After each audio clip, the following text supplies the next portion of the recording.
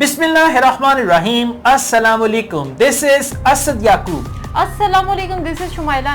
और हम दोनों का ताल्लुक लाहौर पाकिस्तान से है। यहाँ पे मैं आइल्स पढ़ाता हूँ और ये जो है ये देखती रहती है कि मैं कैसे आइल्स पढ़ा रहा हूँ। Okay, anyways guys, welcome back once again to Asad Yakub and Shamaila Najam videos. और इस वीडियो में हम उर्दू में, हिंदी में आपको आइल्स की कोचिंग जो है वो देने जा रहे हैं। शमाइला के कुछ क्वेश्चंस हैं और हमारे जो कमेंट करने वाले लोग हैं, हमारे जो सब्सक्राइबर हैं, उनमें से कुछ सब्सक्राइबर्स को बड़ी जोर से ये क्वेश्चन आए हुए थे। शमाइला ने क्वेश्चंस को पढ़ा। कुछ क्वेश्चंस ऐसे हैं जो फ्रीक्वेंटली आस्क्ड क्वेश्चंस भी हैं, तो अब इसमें मैं उनका आंसर करूंगा। हाँ जी। अच्छा सर, आज का क्वेश्चन मेरा ये है कि आप ये बताएं कि देखें कई लोग इतनी मेहनत करते हैं, एक बार किया आइल्स, दूसरी दफा किया जी, रिक्वायर्ड बैंड स्कोर नहीं आ रहा, बैंड स्कोर नहीं आ रहा। कोई ऐसा तरीका बताएं कि फर्स्ट अटेम्प्ट में आइल्स हमारा रिक्वायर्ड बैंड स्कोर के मुताबिक क्लियर हो जाए। तो वो बताया तो था तरीका यासीन ने। मैंने जब यासीन से पूछा था कि 8 बैंड आए कितना आए, उन्होंने क्या इतना। मैंने फिर कहा 8 बैंड आए बेटा, कोई टिप तो बताओ कैसे आए। उसने फिर कहा ऐसे आए। तो ये चुटकी बजाएं तो आपका रिक्वायर्ड बैंड आ जाएगा। अगर यासीन के 8 बैंड स्कोर आ सकता है तो आपका क्यों नहीं आ सकता? अगर यासीन का 8 बैंड आ सकता है तो फिर तो मैं खुदकुशी कर लूंगा। ऑलराइट। देखिए मेरी बात सुनिए। हम में से बहुत सारे लोगों को आइल्स करने की जल्दी मची होती है। आई एम सॉरी टू से, मैं ये कहने जा रहा हूं कि बहुत सारे लोगों को बड़ी जोर से आइल्स आया होता है। वो बस जनाब आएंगे ऐसे, मैं तो अगले हफ्ते पेपर दे रहा हूं, मैं तो 15 दिन बाद पेपर दे रहा हूं, मेरे तो अंकल ने ये कर दिया, मेरी तो बाजी ये कह रही है, मेरी तो सिस्टर ये कह रही है कि जल्दी से बस तुम आइल्स कर लो। मेरे एक खातून का फोन आया, कहती मेरा सारा कुछ तैयार है, जहाज की टिकट तक का मैंने ऑर्डर करने वाली हूं, बस आइल्स रहेगा। मैं कहा बीबी आइल्स फर्स्ट स्टेप है, तेरा सारा कुछ कैंसिल होगा जो तू करन नहीं है। ठीक है, तो पहली बात तो ये है कि आइल्स करने में जल्दी ना मचाएं। जितने लोगों का बैंड स्कोर नहीं आता ना, रिक्वायर्ड बैंड नहीं आता, उनमें से 80% लोग वो हैं जो बगैर सोचे समझे, बगैर तैयारी किए अपनी आइल्स की डेट बुक करवा लेते हैं। और पता है क्या करते हैं, भाई मैं डेट बुक करवाऊंगा तो मुझे फिक्र होगी पढ़ने की, अगर डेट बुक नहीं करवाऊंगा तो मुझे फिक्र नहीं होगी। पहला काम ही वो ये करते हैं, यानी जो काम आखिर पे करना होता है ना, वो सबसे पहले करते हैं, आइल्स की डेट बुक करवाते हैं। फिर नेट पे जाके सर्च करते हैं, फिर उनको मेरी वीडियो नजर आती है, फिर मुझे मैसेज करके पता है क्या कर रहे होते हैं, I have my IELTS test tomorrow, please give me the tips. और मैं सिर्फ एक टिप देता हूं, पता है क्या, ऑल द बेस्ट। हाँ, तो फिर अब देखो ना, एक दिन पहले मैं तुम्हें क्या टिप दे सकता हूं, मैं आपको क्या बता सकता हूं। तो सबसे पहली बात यह है कि आइल्स में जल्दी ना मचाएं, एक बात। दूसरी बात यह कि आइल्स का जो आपने टेस्ट देना है, आपने ये देखना है कि आपके टारगेट बैंड में और आपके प्रेजेंट लेवल में डिस्टेंस कितना है। अच्छा, कुछ डिस्टेंसेस ऐसे हैं जो लॉजिकली और मतलब पॉसिबल हैं, कुछ डिस्टेंसेस ऐसे हैं जो पॉसिबल नहीं हैं।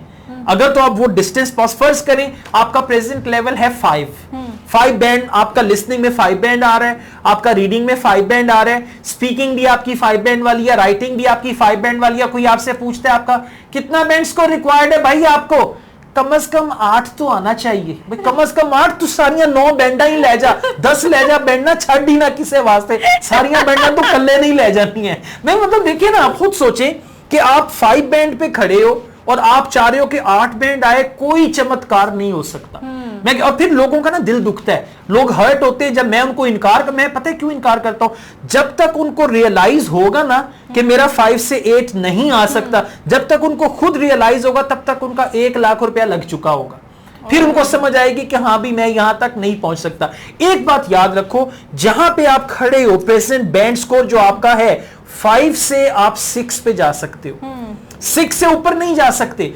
से क्या होगा, 6.5 पे चले जाओगे, इससे आगे नहीं जा सकते। अच्छा, कुछ लोग मुझे कहते हैं अच्छा अगर मैं आपसे 2 महीने पढ़ूं तो मेरा 5 से 6 हो जाएगा, अगर मैं 4 माह दूं तो 6 से 7 हो जाएगा। तो मैं कहता हूं 6 महीने दे के 7 तो भी 8 करा ले। मतलब ऐसा नहीं है, ये आपकी इंग्लिश का एक सर्टेन लेवल है। उसका ये मतलब नहीं है कि अगर मैं आपको 6 माह पढ़ाऊंगा तो आपकी इंग्लिश का लेवल इतना हाई हो जाएगा कि आपका 8 बैंड आ जाएगा। That is literally not possible. अब ज्यादातर जो लोग हैं उनका यही है जी, टारगेट क्या है 8777, लेवल क्या है 5 बैंड वाला लेवल है। तो फिर 5 बैंड पे 8777, हाँ एक सूरत में आ सकता है कि रात को अगर आप कोई अच्छी सी नींद ले रहे हैं, गहरी नींद ले रहे हैं, तो उसमें आपका आइल्स का टेस्ट भी हो गया और साथ ही रिजल्ट भी आ गया, तो सुबह उठने से पहले 8777 आ जाएगा। रियलिटी में नहीं आएगा। मैं हर्ट नहीं कर रहा, I am not a negative guy, मैं किसी को भी डीमोटिवेट नहीं कर रहा। मैं आपको जो बात बता रहा हूं, ये बात आप 1 लाख रुपया लगा के सीखोगे जो अभी आपको बता रहा हूं। अच्छा, अब करना क्या है कि पहले गो में ही आपका रिक्वायर्ड बैंड आ जाए। पहले रियलिस्टिकली देखो, अच्छा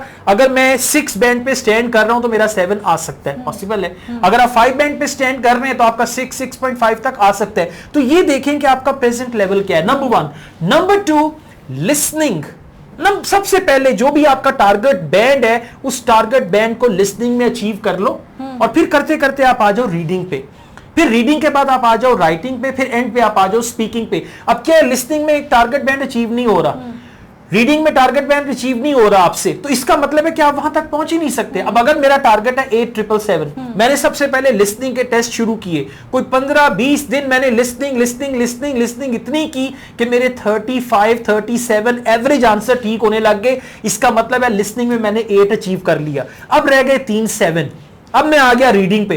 रीडिंग मैंने स्टार्ट की, मेरा 5 बैंड बन रहा है, 5.5 बन रहा है, 6 बन रहा है। मैंने असद याकूब की वीडियोस देखी, मैंने शमाइला जी की वीडियोस देखी, तो मेरा बैंड स्कोर थोड़ा बेहतर हो गया। रीडिंग में मेरा 7 बैंड एवरेज आना शुरू हो गया। अब एक 8 अचीव कर लिया, एक 7 अचीव कर लिया। अब आ जाओ आप राइटिंग पे। अब राइटिंग में देखो कि किस तरह से आप 7 बैंड वाले एसेस को पढ़ो, रिपोर्ट्स को पढ़ो, लेटर्स को पढ़ो। तो ये तरीकाकार है। अब यहां पे 8 आ नहीं रहा, आप यहां पे पहुंच जाते हो, आप यहां पे पहुंच जाते हो, तो फिर नहीं होगा, और फिर आपका कभी भी बैंड स्कोर नहीं आ। मेरे कई स्टूडेंट्स हैं जिनका टारगेट बैंड पहली दफा में ही आ गया।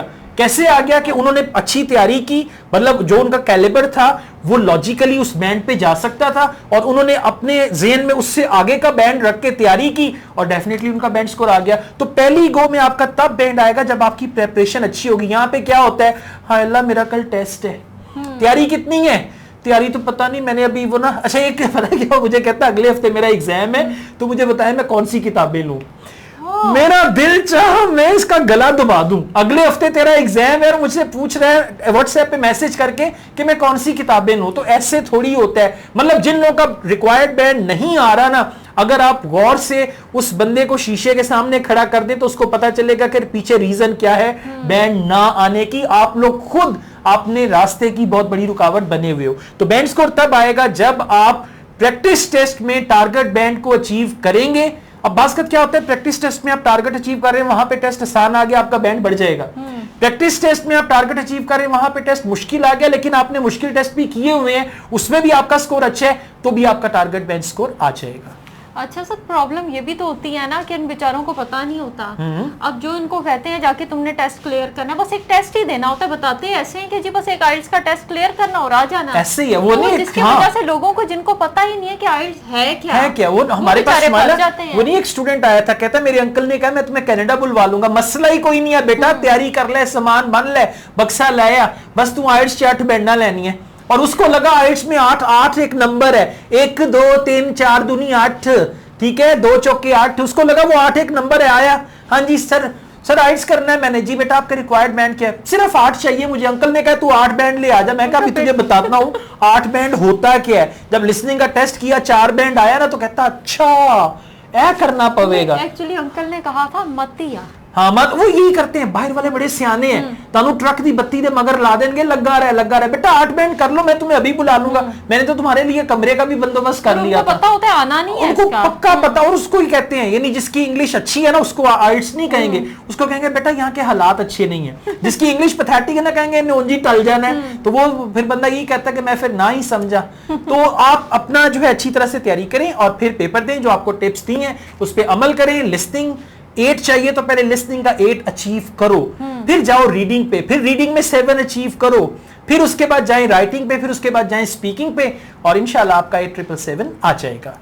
Thank you very much. अगर आपको ये वीडियो पसंद आई हो और हम लोग भी आपको पसंद आए हो तो हमारे इस वीडियो को लाइक करें, इस वीडियो पे कमेंट भी करें, क्योंकि आपके कमेंट शमाइला पढ़ेंगी। अगर कोई क्वेश्चन है तो वो क्वेश्चन भी करें, हम उस क्वेश्चन पे आपके लिए आपके नाम के साथ वीडियो बनाने की कोशिश भी करेंगे। इसके अलावा मेरा एक और चैनल है असद याकूब आयल्स, उसको भी सब्सक्राइब करें।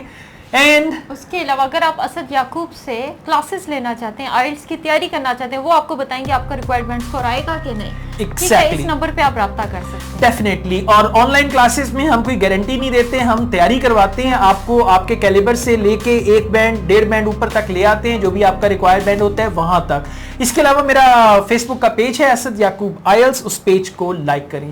Thank you very much. इसी तरह से हंसते मुस्कुराते रहें, जिंदगी को एंजॉय करें, आइल्स का टारगेट अचीव करें और फिर जाएं, जा सिमरन जा, जी ले अपनी जिंदगी। फिर वो होना चाहिए आप लोगों के लिए। ठीक है, thank you very much, take care, अल्लाह हाफिज। खुदा हाफिज।